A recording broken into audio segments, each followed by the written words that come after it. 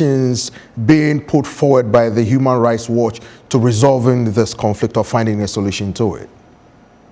So, as a human rights organization, our recommendations focus on how to protect civilians, whether the conflict continues or ends. And on that front, we put the framework of international humanitarian law, the laws of war, at the core of our analysis and our recommendations.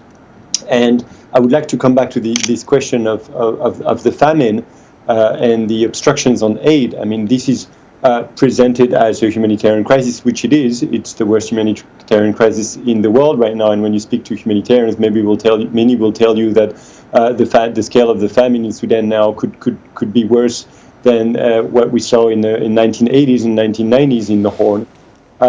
But it's also a matter of international humanitarian law. Deliberately denying humanitarian access is a war crime. Starving people is a war crime.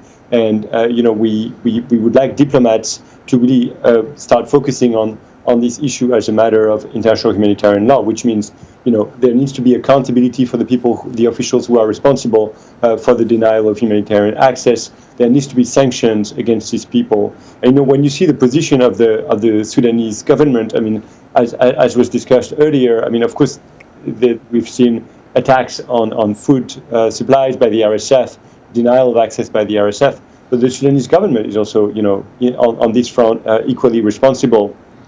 We are seeing the Sudanese government systematically obstruct the delivery of aid in all sorts of ways, with an effort, in particular, to restrict, to deny completely aid to areas controlled by the Rapid Support Forces, and to control and restrict aid deliveries in areas that it controls.